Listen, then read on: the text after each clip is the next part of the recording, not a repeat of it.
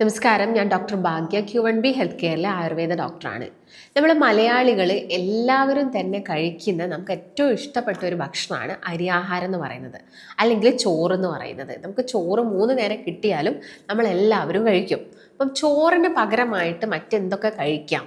ഇപ്പം പ്രത്യേകം ഇത് ചിന്തിക്കുന്ന വ്യക്തികൾ എന്ന് പറയുന്നത് ഒന്നുകിൽ ഡയബറ്റീസ് ഉള്ളവരായിരിക്കും, അല്ലെങ്കിൽ അമിതവണ്ണം ഉള്ളവരായിരിക്കും, അല്ലെങ്കിൽ മറ്റേതെങ്കിലും മെറ്റബോളിക് ഡിസോർഡേഴ്സ് ഉള്ള വ്യക്തികളൊക്കെ ചിന്തിക്കുന്ന ഒരു കാര്യമാണ് ചോറിന് പകരം മറ്റെന്താണ് കഴിക്കുക, എന്ത് കഴിച്ചാലാണ് നമുക്ക് ആ ഒരു സംതൃപ്തി കിട്ടുന്നത്. നമുക്ക് എല്ലാവർക്കും ശരിക്കും ചോറും കറികളും എല്ലാം കൂട്ടി കഴിക്കുന്ന സമയത്താണ് കൃത്യമായിട്ടുള്ളൊരു സാറ്റിസ്ഫാക്ഷൻ. ചില വ്യക്തികളെ നമ്മൾ എടുത്തു നോക്കുകയാണെങ്കിൽ അവർക്ക് ചോറ് കഴിക്കണം. അപ്പോൾ രാത്രി ആണെങ്കിൽ ചപ്പാത്തി എന്ന് പറയുന്ന സമയത്ത് ചപ്പാത്തി കഴിച്ചാൽ എങ്ങനെയാണ് ശരിയാവുക, ചോറ് കഴിക്കണ്ടേ, എന്നാലല്ലേ ഉറക്കം വരുള്ളൂ, എന്നാലല്ലേ വയറ് നിറയുള്ളൂ എന്നൊക്കെ ഒരുപാട് പേഷ്യൻസ് നമ്മളോട് ചോദിക്കാറുണ്ട്. അപ്പം നമുക്ക് ചോറിന് പകരമായിട്ട് മറ്റെന്തൊക്കെ കഴിക്കാം. അതുപോലെ ഈ ഡയബറ്റീസും ഹൈപ്പർ ടെൻഷനും കൊളസ്ട്രോളും ഉള്ള വ്യക്തികളൊക്കെ ആവുന്ന സമയത്ത് അവർ പ്രധാനമായിട്ട് ഒഴിവാക്കേണ്ടതിൽ ഒരു പ്രധാനപ്പെട്ട ഒരു ഐറ്റം എന്ന് പറയുന്നത് ചോറ് തന്നെയാണ്. അല്ലെങ്കിൽ അരിയാഹാരത്തിൻ്റെ അളവ് കുറച്ചെടുക്കുക. കംപ്ലീറ്റ് ആയിട്ട് ഇപ്പോൾ നമുക്ക് ഒഴിവാക്കാൻ പറ്റിയെന്ന് വരില്ല. അപ്പോൾ നമ്മൾ എന്ത് ചെയ്യുക, ആ ഒരു അളവ് കുറച്ചെടുക്കാനുള്ള കാര്യങ്ങളാണ് എല്ലാവരും ചെയ്യേണ്ടത്. അപ്പോൾ നമ്മൾ കാർബോഹൈഡ്രേറ്റ്, ഇപ്പോൾ എല്ലാവരുടെ ഒരു വിചാരം എന്താണ്, കാർബോഹൈഡ്രേറ്റ് ഏറ്റവും കൂടുതലുള്ളത് ഈ ചോറിനകത്താണ് അല്ലെങ്കിൽ അരിയാഹാരത്തിൻ്റെ അകത്താണെന്നാണ്. അപ്പോൾ കാർബ്സ് ഉള്ളത് ഏറ്റവും കൂടുതൽ ഇതിലാണെങ്കിലും കാർബ്സ് നമുക്ക് മറ്റുള്ള ഭക്ഷണത്തിൽ നിന്നൊക്കെ തന്നെ കിട്ടുന്നുണ്ട്. അപ്പോൾ നിങ്ങൾ ഗോതമ്പ് എടുത്ത് നോക്കുകയാണെങ്കിലും മില്ലറ്റ്സ് എടുത്ത് നോക്കുകയാണെങ്കിലും ഇപ്പോൾ റാഗി അല്ലെങ്കിൽ ചോളം പോലുള്ളതൊക്കെ എടുത്ത് നോക്കുന്ന സമയത്ത് ഇതിൻ്റെ അകത്തു നിന്നൊക്കെ നമുക്ക് എന്ത് കിട്ടുന്നുണ്ട്, കാർബോഹൈഡ്രേറ്റ് കിട്ടുന്നുണ്ട്. പരിപ്പ് വർഗ്ഗങ്ങൾ എന്ന് പറയുന്ന സമയത്ത് നമുക്ക് അറിയാവുന്ന ഒരു കാര്യം, അതിൽ ഏറ്റവും കൂടുതലുള്ളത് പ്രോട്ടീനാണ് അളവ് കൂടുതൽ. പക്ഷെ അതിൽ നിന്നും നമുക്ക് എന്ത് കിട്ടുന്നുണ്ട്, കാർബ്സ് കിട്ടുന്നുണ്ട് ഇല്ലേ. അതുപോലെ തന്നെ നിങ്ങളൊരു ഫ്രൂട്ട് എടുത്ത് നോക്കുകയാണെങ്കിൽ അതിൽ നിന്ന് നമുക്ക് കാർബ്സ് കിട്ടുന്നുണ്ട്. അപ്പോൾ എല്ലാത്തിൽ നിന്നും നമുക്ക് ഈ ഒരു കാർബോഹൈഡ്രേറ്റ് കിട്ടുന്നുണ്ട്. അപ്പോൾ നമ്മൾ ഈ ചോറ് തന്നെ ഇത് കഴിക്കണം എന്ന് നിർബന്ധമില്ല. അതാണ് നിങ്ങൾ മനസ്സിലാക്കേണ്ട ഒരു കാര്യം. നമുക്ക് വെയിറ്റ് കുറയ്ക്കാനൊക്കെ അധികം കാലോറി ഇല്ലാത്ത ഫുഡുകൾ കഴിക്കാം. ഇപ്പോൾ ചോറിനെ വെച്ച് നോക്കുന്ന സമയത്ത് അല്ലെങ്കിൽ അരിയാഹാരത്തിന് വെച്ച് നോക്കുന്ന സമയത്തുള്ളൊരു പ്രശ്നം എന്ന് വെച്ചാൽ അതിൽ കാലോറി കൂടുതലാണ്. ഇപ്പോൾ കാലോറി കൂടുതൽ കഴിഞ്ഞാൽ എന്ത് സംഭവിക്കും, നമ്മുടെ ശരീരത്തിനകത്ത് കൊഴുപ്പായിട്ട് അടിഞ്ഞുകൂടും.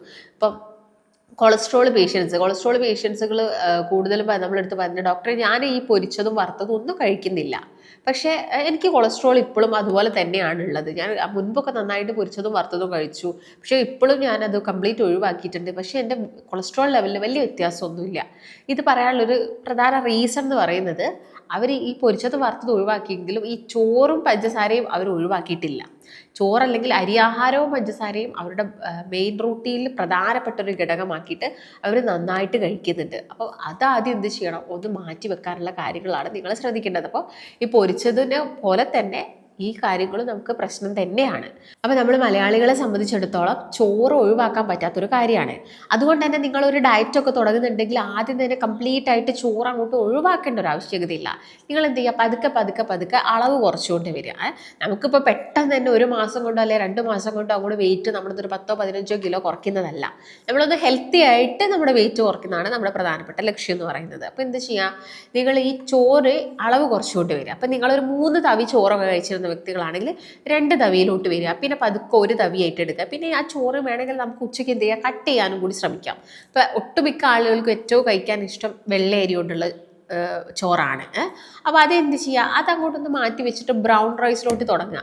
ബ്രൗൺ റൈസ് ആദ്യം തന്നെ കഴിക്കുന്ന സമയത്ത് എല്ലാവർക്കും ഒരു ബുദ്ധിമുട്ടാണ്. കാരണം കറിയൊക്കെ നമ്മൾ കൂട്ടി കഴിക്കുന്ന സമയത്ത് അതിന് അത്ര രുചി നമുക്ക് കിട്ടില്ല. പക്ഷേ നിങ്ങളത് സ്ഥിരം ഒന്ന് ശീലാക്കി കഴിഞ്ഞാൽ നമുക്ക് പിന്നീട് അത് നന്നായിട്ട് ഇഷ്ടപ്പെടും. അപ്പോൾ നമുക്ക് ഇഷ്ടപ്പെട്ട കറികളും ഇപ്പോൾ വെജിറ്റബിൾസും അതുപോലെ തന്നെ സാലഡ്സും ഉപ്പേരിയും എല്ലാം നമുക്ക് ഇതിൻ്റെ കൂടെ എടുക്കാം. അപ്പം നിങ്ങൾ ആ ഒരു രീതിയിലോട്ട് നിങ്ങൾ പതുക്കെ ചോറിൻ്റെ അളവ് കുറച്ചുകൊണ്ട് വരിക. പിന്നെ രാവിലെയൊക്കെ ഒരുപാട് പേർക്കുള്ള ഡൗട്ടാണ്, ഈ നമ്മുടെ വീടുകളിലൊക്കെ എപ്പോഴും പുട്ടും പത്തിരിയും ദോശയൊക്കെ തന്നെയല്ലേ, അപ്പോൾ അത് നമുക്ക് കംപ്ലീറ്റ് ആയിട്ട് മാറ്റാൻ പറ്റുമോ? അപ്പോൾ നമുക്ക് നിർബന്ധമായിട്ടും മാറ്റാൻ പറ്റും. അപ്പോൾ പുട്ടും പത്തിരി ദോശ തന്നെ കഴിക്കണം എന്ന് യാതൊരു നിർബന്ധവുമില്ല.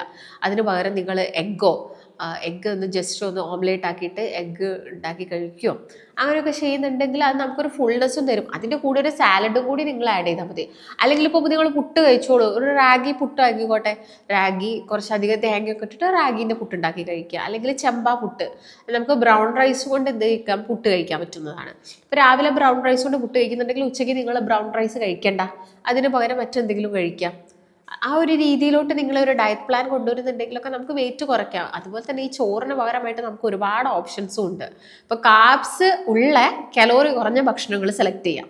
ഇപ്പം മില്ലറ്റ്സ് കഴിക്കുന്നത് നല്ലതാണ്. മില്ലറ്റ്സ് ഇപ്പം 3 നേരം കഴിക്കേണ്ട, ഒരു നേരം മില്ലറ്റ്സ് കഴിക്കാം. വെയിറ്റ് കുറയ്ക്കാൻ ഹെൽപ്പ് ചെയ്യുന്നുണ്ട്. ഡയബറ്റീസ് ഒരുപാട് കൺട്രോൾ ചെയ്യുന്നുണ്ട് ഒരുപാട് വ്യക്തികളിൽ. അപ്പോൾ ആ രീതിയിലുള്ള ഒരു കൃത്യമായിട്ടുള്ളൊരു ഡയറ്റാണ് നിങ്ങൾ ഫോളോ ചെയ്യേണ്ടത്. അപ്പോൾ മില്ലറ്റ്സ് എന്ന് പറയുന്ന സമയത്ത് അതിൻ്റെ അകത്ത് ഈ റാഗി മാത്രമല്ല, അതിൻ്റെ അകത്ത് തിന വരുന്നുണ്ട്, അതുപോലെ തന്നെ ചോളം വരുന്നുണ്ട്, കുതിരവാലി, ചാമ, അങ്ങനെ പല ടൈപ്പ് ഓഫ് അരികളാണ് ഈ ഒരു മില്ലറ്റ്സിൽ വരുന്നത്. അപ്പം അത് സെലക്ട് ചെയ്തിട്ട് അത് കഴിക്കുക, ഏതെങ്കിലും ഒരു നേരം മാറി മാറിയിട്ട്. അപ്പം എല്ലാ ദിവസവും നിങ്ങൾ തിന മാത്രം കഴിക്കുക, എല്ലാ ദിവസവും ചോളം മാത്രം കഴിക്കണ്ട. നിങ്ങൾക്ക് എന്ത് ചെയ്യാം, മാറ്റി മാറ്റിയിട്ട് കഴിക്കാം. അപ്പം നമുക്ക് ബോറിങ് വരില്ല. നമ്മൾ ചിലപ്പോൾ ഒരു മാസം കണ്ടിന്യൂസ് ആയിട്ട് സെയിം സാധനം കഴിക്കുമ്പോൾ നമുക്ക് ഭയങ്കര ബോറിംഗ് ആയിട്ട് തോന്നും. എല്ലാ ദിവസവും നാളെ ഇതിപ്പോൾ ഇതാണല്ലോ. അപ്പോൾ നമുക്ക് എല്ലാവർക്കും ഒരു ബുദ്ധിമുട്ടുണ്ടായിരിക്കും. അപ്പോൾ അങ്ങനെ ബുദ്ധിമുട്ടുണ്ടാവാതിരിക്കാൻ വേണ്ടിയിട്ട് നിങ്ങൾ മാറ്റി മാറ്റിയിട്ട് കഴിക്കാം. പിന്നെ സാലഡ്സും ഫ്രൂട്ട്സും എന്ന് പറഞ്ഞ ഒരു മെയിൻ കോഴ്സിൽ എല്ലാ ദിവസത്തെയും നമ്മളൊരു മെയിൻ കോഴ്സായിട്ട് നിങ്ങൾ കഴിച്ചോളൂ ഏതെങ്കിലും ഒരു നേരം. ഇപ്പോൾ വൈകുന്നേരത്തെ അല്ലെ രാത്രിത്തെ ഫുഡ് എന്നൊക്കെ പറയുമ്പോൾ നിങ്ങൾക്ക് നല്ലൊരു പ്രോബയോട്ടിക് യോഗട്ടോ അല്ലെങ്കിൽ തൈരോ അങ്ങനെ എന്തെങ്കിലുമൊക്കെ നിങ്ങൾക്ക് അതിൻ്റെ കൂടെ തന്നെ എടുക്കാം. അപ്പോൾ തൈരൊക്കെ എടുക്കുന്നുണ്ടെങ്കിൽ രാത്രി സമയത്ത് വേണ്ട, അത് ഒരു മാക്സിമം ഉച്ചയ്ക്കൊക്കെ കഴിക്കാം. അല്ലെങ്കിൽ ഒരു യോഗട്ടിനകത്ത് നിങ്ങൾക്ക് എല്ലാ ഫ്രൂട്ട്സും കൂടി കട്ട് ചെയ്തിട്ട്, ഗ്രീക്ക് യോഗട്ടിൽ ഫ്രൂട്ട്സ് കട്ട് ചെയ്തിട്ട് ഒരു യോഗട്ട് ഫ്രൂട്ട് പോലെ നിങ്ങൾക്ക് എന്ത് ചെയ്യാം, ജസ്റ്റ് കഴിക്കാവുന്നതാണ് വിത്തൗട്ട് ഷുഗർ. ഇപ്പോൾ ഓൾറെഡി നമ്മളെ ഫ്രൂട്ടിൽ നിന്ന് നമുക്ക് ഷുഗർ കിട്ടുന്നുണ്ട്.